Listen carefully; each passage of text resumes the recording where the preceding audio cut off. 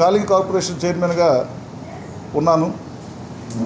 మా కమ్యూనిటీకి గుర్తించి గౌరవనీయులైన జగన్మోహన్ రెడ్డి గారు 3 ఎమ్మెల్యే సీట్లు, 1 ఎంపీ సీటు ప్రకటించడం జరిగింది. గతంలో కూడా 2019లో కూడా 3 ఎమ్మెల్యే సీట్లు, 1 ఎంపీ సీటు ప్రకటించినప్పటికీ దురదృష్టవశాత్తు స్వల్ప తేడాతో ఓటం జరిగింది. అయినప్పటికీ శ్రీ జగన్మోహన్ రెడ్డి గారు కాలింగుల తాలూకా సంఖ్యాబలాన్ని గుర్తించి